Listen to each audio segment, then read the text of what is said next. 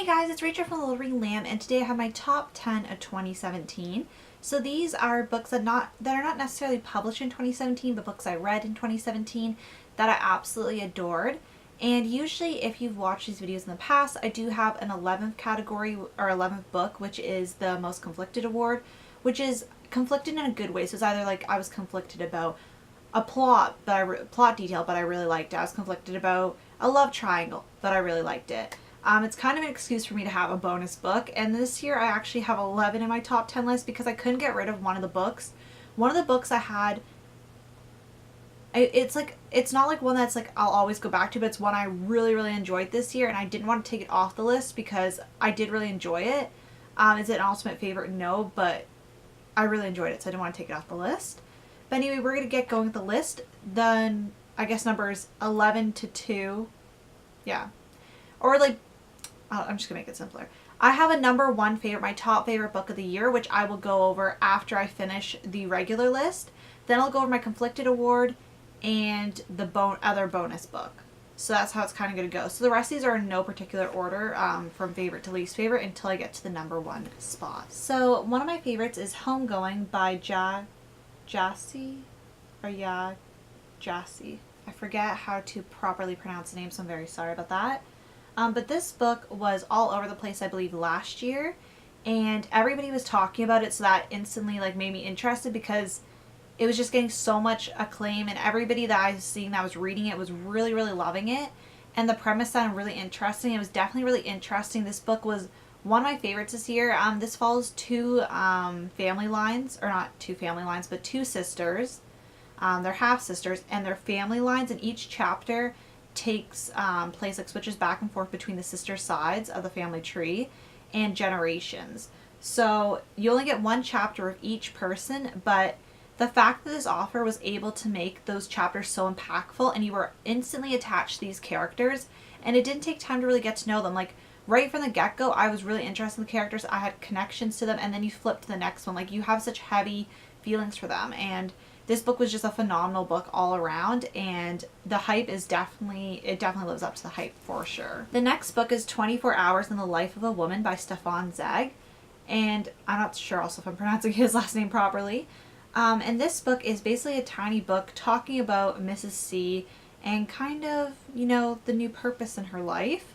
It's a very short book, and this book I read during the booktubeathon. I was really interested in reading more of this author's works because I just saw this year The Grand Budapest Hotel, which Wes Anderson took inspiration from Stefan's books. So I really wanted to read one of them. I read this one and I really enjoyed it. This one is my favorite because I really liked it, but also purely for the fact that there is a part where he talks about hands and hand motions. And I'm a person that really expresses themselves with their hands. If you've watched some of my videos, you definitely have seen that. And it was hands in terms of gambling. And I just found that very interesting, how he's delving into hand motions and what they kind of can mean about a person. Have you ever looked at somebody's hands rather than look at their face when they're talking to see what they really mean or see what type of person they are?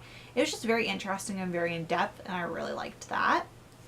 The next paper is another one I read during the booktubeathon, the very beginning of the booktubeathon, and it's Hausfrau by Jill Alexander Essbaum. And this book not only does it have a really pretty cover, but I wasn't expecting too much from this book because the synopsis is basically about a housewife who has an affair. And that's a very simplistic, that's the word I was looking for, simplistic synopsis of the book. This book goes really heavy, really deep. It's painted with such like vivid like colors. Like it's just such a well-written book all around. This author does, I believe, release poetry, so you can really see a poetic form to her writing. The characters were they necessarily lovable ones that I love? No, but the story was so intriguing and good. It was written like a mystery, but it was contemporary, and it was just so good. And I just really enjoyed this one so much. And I forget where they're from. Oh yeah, they're in Zurich. Zurich? I hope I'm not mispronouncing that. Seems to be a theme in my videos. But anyway, they're there, and they live in a smaller town. And I just really love books that are set in small towns, so that also made it more intriguing. And I really, like, every time I look at this book, I really just want to reread it because I read it, like, in a day. So I didn't get to really delve into it as much and like take time and like go over and over it, but the fact that I read in a day and it still impacted me this much is definitely a good sign. The funny thing about this list this year is when I was going to compile this list, I was thinking in my head, I was like, you know, I don't have that many favorites. There wasn't that many good books because the last half of the year was, I didn't really have any favorites. Like, I think most of these favorites are cut off by the beginning of, like, end of August. Like, most of these favorites are from before then, so it just felt like I had no favorites. And looking back, I'm like, I've read some amazing books this year. One of them being The Silver Linings Playbook by Matthew Quick. Now, before this year, I'd never seen the film nor read the book. I actually have seen the film since I finished reading the book. I did watch it. But I really, really enjoyed this book. I enjoyed Matthew Quick's other book.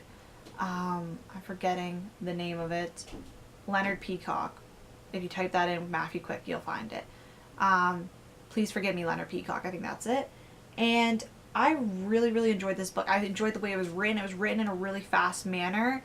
There's kind of a mystery element to it. I really like the contemporaries where it isn't mystery, but there is a mystery to the characters and what they've been through. And I really just enjoyed Pat as a main character. I would say that the movie, I preferred the book a bit better, but the movie was also really good. Like, they did change some details, but I found it to be a good adaptation. And I found the book to be really interesting. And I really love books that delve into mental health. I just find it very interesting. And sometimes, like, you know, when you're going through something, it's good to, you know, read about somebody else that's going through something. Gives you perspective on other issues that people actually have. So it makes maybe, you know, it's just very interesting, very helpful. And I really enjoy Matthew Quick's writing in general, and this book went by really quick, not to be punny, but you know, and really enjoyed this. This one basically, to describe it, is basically about Pat, and he has just got out of a mental health facility and he's home, and he feels like everything's like off, like something's weird, like they won't talk to him about his wife, his dad's acting weird around him, and basically this kind of shows Pat's coming into his own and rediscovering his life after he's been absent from it for so long and what happened. And it was really also good. Sorry if these angles are off, just I cannot find a good place for my tripod, so it always looks weird. Like, it cuts off like the hair clip part of my hair, and it's just like a really unflattering angle, but you know, we're gonna go with it. Yeah, it's just really bothering me when I look back and when I go and rearrange the camera, so sorry about that. Anyway, the next favorite is The Seven Husbands of Evelyn Hugo by Taylor Jenkins Reid. And this book was one that I was really anticipating. It was one of my most anticipated books of last year, I would say. And I, like, the fact of the matter is this book was like the perfect book for me to read, because not only did it deal with Evelyn Hugo, who is like kind of like a Marilyn Monroe figure, or not Marilyn Monroe, what's her name? Elizabeth Taylor. That's her name. It was kind of like an Elizabeth Taylor type of figure, and it was just very celebrity gossip and all that, which is really interesting to me because, you know, it is. And it was also by Taylor Jenkins Reid, which is an author I've read before and really enjoyed her books. And this one's basically about a girl named Monique, and she's interviewing Evelyn Hugo about her life for a piece in a magazine. And it really goes from there and delves into Evelyn's life, and it went by so fast. It was in such a digestible format. You were discovering what happened, and honestly, I just wanted to look up her Wikipedia page like quickly and just like read all this, but you know, she's not a real person, so she didn't have a Wikipedia page to look up, and it was just a really easy, digestible book, but it did have heart, and I think it's my favorite Taylor Jenkins Reid book I've read. I've read two of her other books, One True Loves and Forever Interrupted. Yeah, just looking over there to confirm. And this one's definitely my favorite. Also, like, I keep making amendments to this video. I took off the one book. So Big Little Lies was the one book, just before I get into it, was the one book I was going to add in, because it's not one of my favorites, but I really, really enjoyed it this year, but that kind of got scrapped. So just a little bonus. I just saw that I crossed that out to put another book, because the other book that I put in its place was The Marriage Plot by Jeffrey Eugenides, and this book was so, so good. I think this is my favorite book of the fall. And I've never read a Jeffrey Eugenides book. I know two of his most famous works are Middlesex and The Virgin Suicides, and I have a copy of The Virgin Suicides, so I just need to get on it. But I really, really enjoyed this book. It's very literary fiction, like that is it to a T, and this one took me, I don't think it took me that long, but I read it in big chunks. And basically this is about, it's in the early 1980s where it takes place, and it's about Madeline Hannah, who is an English student, and kind of she's, you know, she's writing about Jane Austen, George Eliot, and offers a great marriage plots. And basically she studies this, you know, her love life intervenes. So she has Leonard, who's brilliant, and he attracts Madeline with his intensity that she seems powerless to resist. And then she has her friend Mitchell, who is kind of on the fringes, but he has a crush on her. And you really see their lives over the next year and see how these literary marriage plots kind of fall into Madeline's world. It's a really bad description, but it's a really good book, so I definitely urge you to pick it up. It is quite dense, and it does have some references I even didn't know, but I think that's also fun when you read books that have references that you don't know, and then you figure them out. You read it in like when I read this in 5 more years, I'd probably be able to pick up on a lot more of the references just from, you know, the stuff I'm consuming. The next book is Hungry Heart by Jennifer Weiner. This was her memoir, and I really, really enjoyed this. This book I read before I read any of her fiction books, so I didn't really know, you know, enough about her and her writing style, but her memoir was so sincere, so honest, so genuine. And sometimes you read like memoirs and they're kind of glazed over, but not only did she talk about like success and failure, but she also did so in a way where she had a lesson parts, and kind of you can see how she has been able to analyze her life and learn from her mistakes and learn from her triumphs. And I just found it very inspirational, very good, and like you can tell she's a very down-to-earth person from this. And I just really enjoyed reading more about her life. It's definitely a very good memoir. And it really was inspiring. I was honestly very inspired. I really connected with certain parts of it. And I can't wait to read more of her fiction. So the next book on the list is My Not So Perfect Life by Sophie Kinsella. And this one had to be on the list. I love Sophie Kinsella's book. This was her new 2017 release. And this book was so good. It's instantly become one of my favorite Sophie Kinsella books. And this one is basically about a girl named Katie. And she like is so caught up with perfection and the ideal perfection. And she tries to live her life in the perfect look, but her life isn't perfect. And she struggles with that, with trying to obtain like a social media presence that is so perfect. And basically where I'm trying to like not to spoil anything, but her life is a daily struggle, and just as she's finding her feet not to mention a possible new romance, the worst happens. Demeter fires Katie. Shattered but determined to stay positive, Katie retreats to her family's farm in Somerset, and she helps them run their glamping business. And sorry if that description was rambling, I just didn't want to spoil anything.